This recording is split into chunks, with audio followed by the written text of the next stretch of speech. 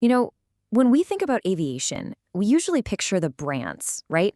That familiar logo on a plane's tail or the huge sign over an airport terminal. It feels like one big, solid company.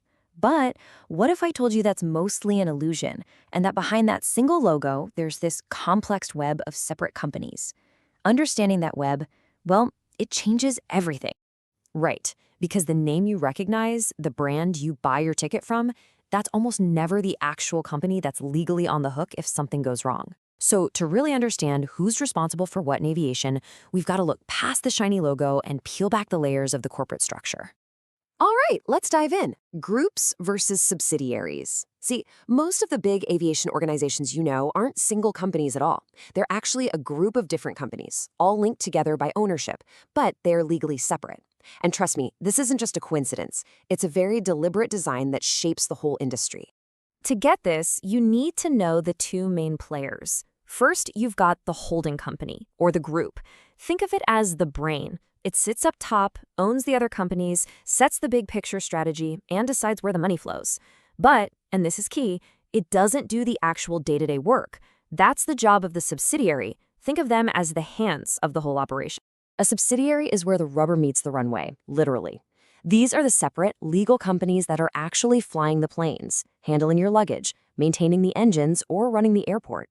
Each one is its own distinct entity, and that legal separation is absolutely crucial for reasons we're about to get into. So why go through all this trouble? I mean, why build this complicated web of companies instead of just having one giant one? Well, it turns out this structure is an incredibly powerful and essential tool for governance. It really all boils down to four main things. First, containing risk. If one subsidiary has a major crisis, like an accident or it goes bankrupt, this structure acts like a legal firewall to protect the rest of the group. Second, regulatory compliance. Different countries have different rules, so you need separate companies to hold the right licenses in the right places. Third, ownership rules. A lot of countries put limits on foreign ownership of airlines. And finally, financial resilience. It just gives the group way more flexibility to manage its money, its assets, and its debts. Okay, so this is where we really get to the heart of it all. All the super important things. We're talking safety certificates, security approvals, the actual licenses to operate. They're all attached to a specific company, not the brand name you see on the ticket.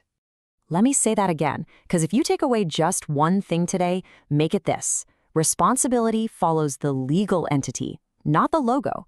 When something goes wrong, the investigators and the lawyers, they aren't looking at the brand. They're looking for the specific subsidiary company that held the license and had the legal duty. Just picture it. Behind that one airline brand you fly with, there could easily be 5 or more different companies all working together. You might have one company that just owns the planes, a totally separate one that employs the pilots, another one that holds that all-important air operator certificate, the AOC, and maybe even a different one that just owns the brand name itself. Legally speaking, they're not the same thing. And if you think that sounds complicated, just wait. When we start talking about airports, the same rules apply, but things often get way, way more complex. So an airport group might own the companies that run several different airports. But then inside just one of those airports, you could have a separate subsidiary just for running the terminals, another one for all the shops and parking, and maybe even a third that just manages the real estate. It's how they keep the billing straight, deal with different regulations, and protect the core job of running the airport. Okay, so let's clear up some common mistakes. It's really easy to assume that the big parent group runs everything day to day, or that the brand you see is the legal company. But the reality is that the authority is spread out all over these different subsidiaries, and responsibility is tied to each specific one.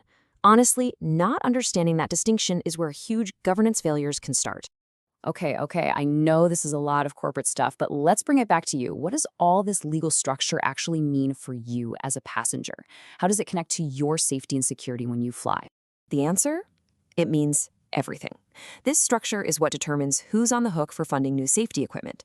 It determines which company legally owns the security risk. It sets the path for how a safety concern gets escalated up the chain of command, and it tells the regulators exactly which company to hold accountable.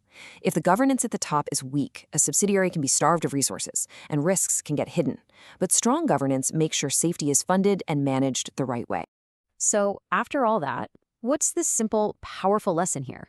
What's the key takeaway? Well, what we've been talking about actually has a name. It's called aviation governance. It's this whole intentional system, the groups, the subsidiaries, the holding companies, all designed to juggle the huge risks, the tricky regulations, and the massive financial demands of the aviation world. It's not fragmented by accident. It's structured this way to be resilient. Ultimately, if you really want to understand why decisions get made in aviation, from safety investments all the way to flight cancellations, you absolutely have to look past the shiny brand and learn to follow the legal and financial structure underneath it all. That's where the real power and the real responsibility lie. So I'll leave you with this thought. Next time you book a flight and you see that familiar logo, just take a second and ask yourself, who am I actually making a contract with here? Is it the brand, or is it one of its many hidden subsidiaries? As we're going to explore next time, that distinction matters a lot more than you think, especially when things go wrong.